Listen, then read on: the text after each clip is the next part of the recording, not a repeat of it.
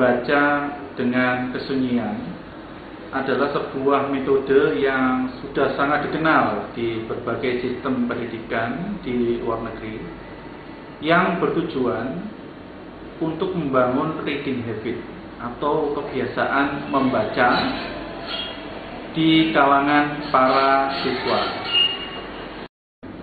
Telah banyak dilakukan riset mengenai silent reading ini, dan banyak fakta menunjukkan bahwa silent reading ini secara minimal mampu memberikan kebiasaan baru bagi siswa-siswa di sekolah untuk paling tidak menjadikan membaca sebagai suatu atau salah satu sumber atau salah satu aktivitas yang akan memberikan mereka pengetahuan baru. Contoh paling sederhana begini.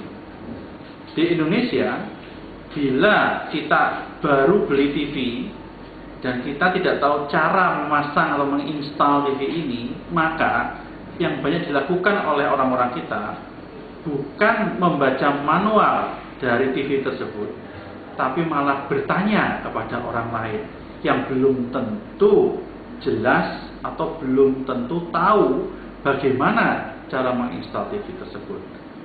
Ini terjadi karena kita sebagai bangsa Indonesia pada umumnya dengan sistem pendidikan yang seperti sekarang ini, kita melewati zaman dari zaman lisan yang semestinya kemudian ke zaman tulisan, baru kemudian zaman multimedia. Kita melompat dari zaman lisan langsung ke multimedia, sehingga kita tidak pernah membentuk kebiasaan membaca yang baik. Karena itu sudah selayaknya sebagai lembaga pendidikan, maka YPPI perlu menerapkan silent reading ini paling tidak untuk menerapkan kebiasaan baru.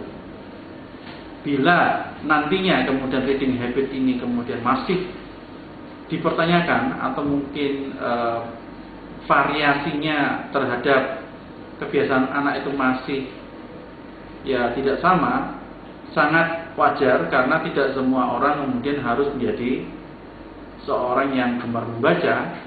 Tapi paling tidak ketika dia punya persoalan, dia punya problem, atau dia ingin tahu sesuatu, maka anak kita sudah tahu bahwa buku adalah salah satu jawabannya.